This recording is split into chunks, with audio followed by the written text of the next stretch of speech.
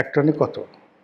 40 মণে 1 ton বোধ হয়, 1000 KG. 1000 KG 1 ton আর 1500 মানে তো এই সিজিলের সামনে যে 1500 কেজি পাওয়ার থাকে, গোলা বারুদ থাকে, সেইটা ইসরায়েলে তারা ছেড়েছে এবং নিখুঁতভাবে টার্গেট করে সেই বোমার বিস্ফোরণ ঘটিয়েছে।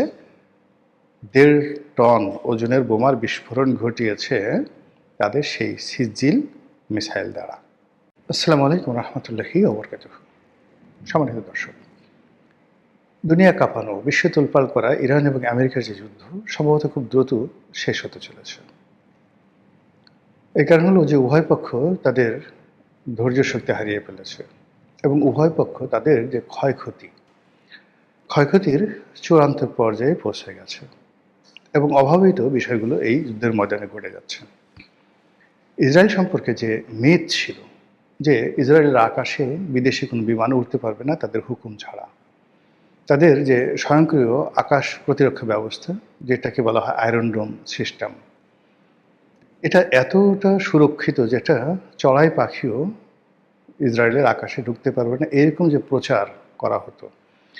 এবং ইসরায়েলের এই প্রচারটা এত বেশি ছিল যেহেতু বিশ্ব গণমাধ্যম তাদের হাতে, যে আমেরিকা মনে করতো যে আমেরিকার চাইতেও তাদের আকাশ প্রতিরক্ষা ব্যবস্থা মানে ইসরায়েলের আকাশ প্রতিরক্ষা ব্যবস্থা ভালো। এই জন্য সেই আয়রন ডোম সিস্টেম থেকে শুরু করে পুরো যে ইসরায়েলের যে সামরিক খাতে তাদের যে সকল প্রযুক্তি রয়েছে এটার একটা রমরমা ব্যবসা সারা দুনিয়াতে চলত। এই যুদ্ধের ফলে ইসরায়েল এবং আমেরিকা সেই দম্ভ চুরমার করে দিয়েছে। ইসরায়েলের আকাশের যে প্রতিরক্ষা ব্যবস্থা অলমোস্ট 80% ধ্বংস হয়ে গেছে। This the reality. 2 নম্বর হলো যে আমেরিকার যে B-2 বোমারু বিমান, আকাশে যে রিফুয়েলিং যে বিমানগুলো আছে, মাইলের পর মাইল যে তাদের F-35 যে বিমানগুলো রয়েছে অত্যাধুনিক জঙ্গি বিমান, সেগুলো হাজার হাজার মাইল সেই পথ অতিক্রম করে আকাশেই আবার নতুন করে ফুয়েল নিয়ে তারপর একটা দেশে নিখুঁতভাবে বোমা মেরে তারপর আবার ফিরে যেতে পারে। এই যে মিথ, এই যে আতঙ্ক সারা পৃথিবীতে, সেই F-15 থেকে শুরু হয়েছে, F-15 থেকে এখন F-35, এই বিমানের যে দাপট, এই দাপট নিয়ে সারা পৃথিবীর যে মিথ ছিল ভেঙে দেওয়া হয়েছে বা ভেঙে গেছে। থার্ডলি হলো ওদের বড় বড় যে সামরিক জাহাজগুলো রয়েছে, এক একটা সামরিক জাহাজে 8000 9000 এক ডিভিশন থেকে 1.5 ডিভিশন সৈন্য থাকে এবং এদেরকে বলা হয় ত্রিমাত্রিক সৈন্য। এবং এরা মার্কিন মেরিন হিসাবে আমেরিকার সেনাবাহিনীতে সবচেয়ে চৌকুশ কর্মকর্তা হিসেবে পরিচিত। তারা মরুভূমিতে যুদ্ধ করতে পারে, আকাশে যুদ্ধ করতে পারে, সমুদ্রে যুদ্ধ করতে পারে এবং স্থলে যে সবচেয়ে পাহাড় পর্বত সব জায়গায় তারা যুদ্ধ করতে পারে। ফলে মার্কিন মেরিনের নাম শুনলে পৃথিবীর অন্য যে সকল যোদ্ধা জাতি রয়েছেন বা যোদ্ধা যে বাহিনীগুলো রয়েছে তাদের মধ্যে এক ধরনের কম্পন তৈরি হয়ে যেত। এই জিনিসগুলো ভেঙে গেছে। এখন মার্কিন মেরিন নিয়ে মধ্যপ্রাচ্যের কোনো দেশে কোনো ভীতি নেই। তাদের যে সকল যে রণতরী, বিখ্যাত বিখ্যাত বড় বড় রণতরী, যেগুলোতে এই যে 8000 বা 1.5 ডিভিশন 2 ডিভিশন সৈন্য থাকে, তো এইগুলোর যে সক্ষমতা, পারমাণবিক সক্ষমতা, বছর পর বছর তারা এই পরমাণু শক্তিতে চলতে পারে। তাদের যে সাবমেরিনগুলো, তাদের যে টর্পেডোগুলো, তাদের যে মাইনগুলো, তাদের যে এই যে বিমানে যে সকল এই রণতরীতে যে সকল বিমান থাকে তাদের সক্ষমতা এবং এই সকল জাহাজের যে ম্যাসিভ যে সামরিক ক্ষমতা, এটি নিয়ে যে প্রচার এবং প্রপাগান্ডা চালাচ্ছিল যে এই ধরনের যদি কোনো জাহাজ কোনো পোতাশ্রয়ে আসে, কোনো দেশের কাছাকাছি আসে, ওই দেশ মরা ছাড়া তাদের কোনো উপায় নেই। 1971 সনে আমাদের এখানে মার্কিন এই নৌবহরের 7ম নৌবহর, খুব বিখ্যাত ফ্লিট ছিল, তারা সেই 7ম নৌবহর বঙ্গোপসাগরে আসবে এই ভয়ে আমাদের মানে গ্রামগঞ্জে সেই দেখা গেল যে অজপাড়া গায়ের যে কফিল উদ্দিন লেখাপড়া জানে না, সেখানে শুনছে আমেরিকার 7ম নৌবহর আসছে, তার পায়খানা প্রস্রাব বন্ধ হয়ে গেছে ভয়। আমরা ছোটোকালে এটা দেখেছি, মার্কিন 7ম নৌবহর আসতে, আমি কিছুই জানি না 7ম নৌবহর কি, এটা কি 7টা নৌকা না 8টা নৌকা নাকি কি, কিচ্ছু জানতাম না, কিন্তু আমাদের ভয় লাগতো।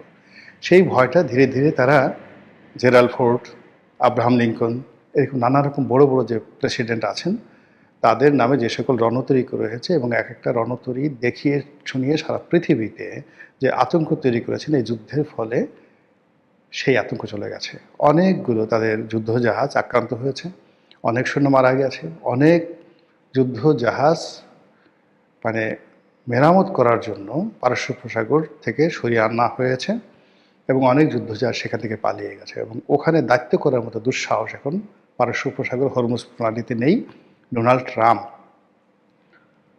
সমস্ত আরব রাষ্ট্র থেকে শুরু করে সারা দুনিয়ার লোকের কাছে সাহায্য চাচ্ছেন। জাপান, অস্ট্রেলিয়া, কানাডা, আমেরিকার বাইরে যে সকল ন্যাটো সদস্য রয়েছে সবার কাছে তিনি সাহায্য চাচ্ছেন।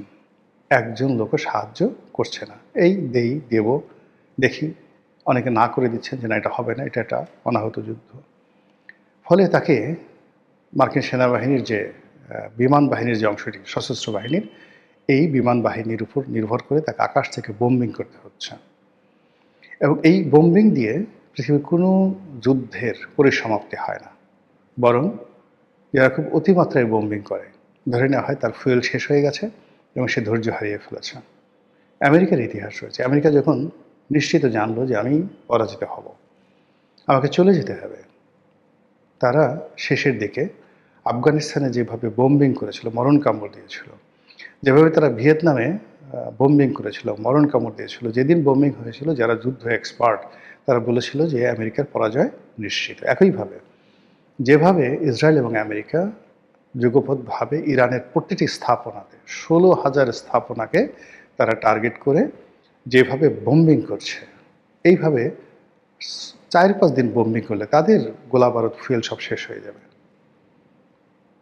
তো এই কাজগুলো করছে। অন্যদিকে ইরানের যে সমস্যাটা হয়ে গেছে, ইরানের সমস্যাটা হলো ইরানকে আমরা রিড করতে পারছি না, তার কি আছে কি নেই, সে পারবে কি পারবে না। একবার আমরা তাদের পক্ষে যাচ্ছি, একবার বলছি যে না অসহায়, তাদের শুধু মরতে হবে।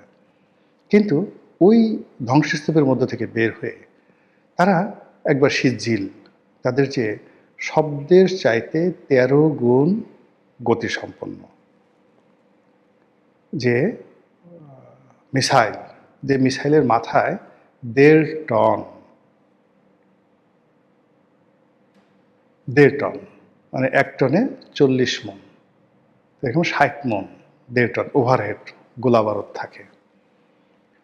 তো বোঝার চেষ্টা করুন যে এই 1.5 টন 60 মণ, আপনার 60 মণের বেশি, মানে 1 টনে কত, 40 মণে 1 টন বোধ হয় 1000 কেজি। 1000 কেজি 1 টন আর 1500, মানে এই সিজিলের সামনে যে 1500 কেজি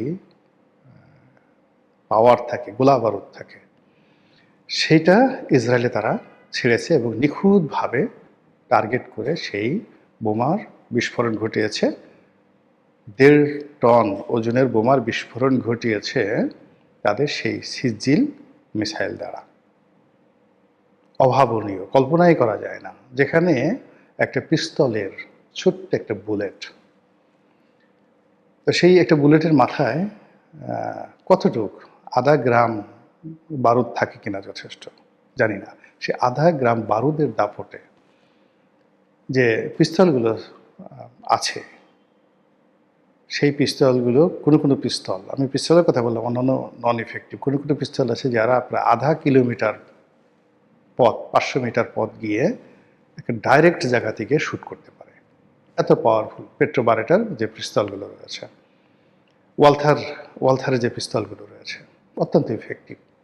আর AK-47 থেকে শুরু করে কালাশবিক যে সকল মারণাস্ত্র রয়েছে, তো এইগুলো মানে এইগুলির ইফেক্টিভনেস নিয়ে কল্পনাই করা যায় না। তো সেখানে যদি ধরুন 1 গ্রামও নয়, মিলিগ্রাম বারুদের যদি ওই অবস্থা হয়, তাহলে 1.5 টন বারুদ, 60 মণ বারুদ যেখানে পড়ে, সেখানে কি পরিমাণ ধ্বংস হয়েছে ইসরায়েলে বোঝার চেষ্টা করুন। তছনছ হয়ে গেছে, যেগুলোর ছবি আমরা পাচ্ছি না।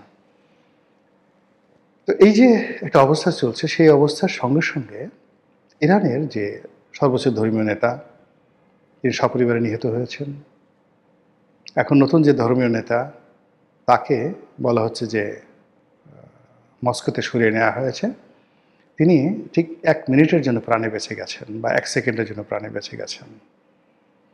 এর বাইরে তাদের যে বেশ কয়েকজন 3 জন যে আরজিসি, যেটা যে বাহিনীটি মূলত এই মুহূর্তে যুদ্ধ করছে, তাদের বিপ্লবী বাহিনী যেটি, তো সেই বিপ্লবী বাহিনীর কমান্ডার ইন চিফ, 3 জন কমান্ডার ইন চিফ পরপর নিহত হয়েছেন। ফলে এটি তাদের জীবন মরণ এবং অস্তিত্বের বিষয় হয়ে গেছে। তাদের বক্তব্য হলো যে কোনো মূল্যে আমরা এর প্রতিশোধ নেবই, প্রতিশোধ না নিয়ে আমরা বাঁচব না।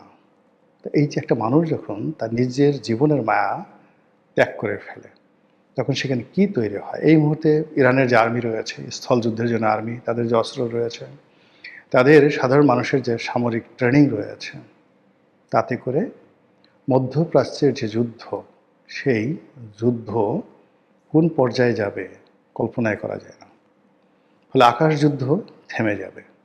আকাশ যুদ্ধ থেমে যাওয়ার পরে মধ্যপ্রাচ্যে যে সৌধ তৈরি করেছে, সেই সৌধগুলো, আমি কোনো দেশের নাম বললাম না, ইরানের যে স্থলবাহিনী, তারা যদি মুভ করে, এই স্থলবাহিনী তাদের 1 ঘন্টা লাগবে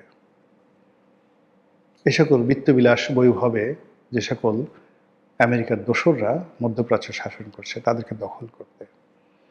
আর তখন আমেরিকা এই পুরো মধ্যপ্রাচ্যের বড় বড় শহরগুলোতে কয়টা বোমা মারবে? কয়টা বোমা তাদের আছে? এবং ওই এলাকাতে বোমা মারলে তাদের অর্থনীতি, এই যে তাদের যে ব্যাংক, বিমা, যা কিছু তো মধ্যপ্রাচ্যে। তো সব মিলিয়ে এই যুদ্ধ এমন একটা চূড়ান্ত পর্যায়ে চলে এসেছে যে আগামী 2 সপ্তাহের মধ্যে এই যুদ্ধের যে ফলাফল, এটা নির্ধারিত হয়ে যাচ্ছে সম্ভবত। হয়তো মানচিত্র থেকে অনেক দেশ হারিয়ে যাবে, ইরান হারিয়ে যাবে, অথবা মানচিত্র থেকে, ইতিহাস থেকে, ঐতিহ্য থেকে আমেরিকার যে প্রভুত্ব, সেটাও হারিয়ে যেতে পারে। বিশ্ব নতুন একটা পরিস্থিতির মোকাবেলা করতে পারে। এই পৃথিবীতে নতুন করে হানাহানি, নতুন করে বিশ্বযুদ্ধ, নতুন করে দুর্ভিক্ষ কিংবা কোনো মহামারী আবার এই পৃথিবীকে গ্রাস করতে পারে, অথবা পৃথিবীতে একটা সাম্যতা আসতে পারে। সেই যে জোট নিরপেক্ষ আন্দোলনের মতো করে নতুন একটা আন্দোলন, যে যার অবস্থানে আমরা ভালো থাকবো, পৃথিবীর কোনো পরাশক্তি আমাদের দরকার নেই।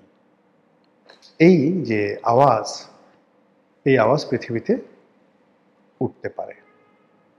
মহান আল্লাহ আমাদের সবাইকে হেদায়েত দান করুন, হেফাজত করুন। আসসালামু আলাইকুম ওয়া রাহমাতুল্লাহি ওয়া বারাকাতুহু।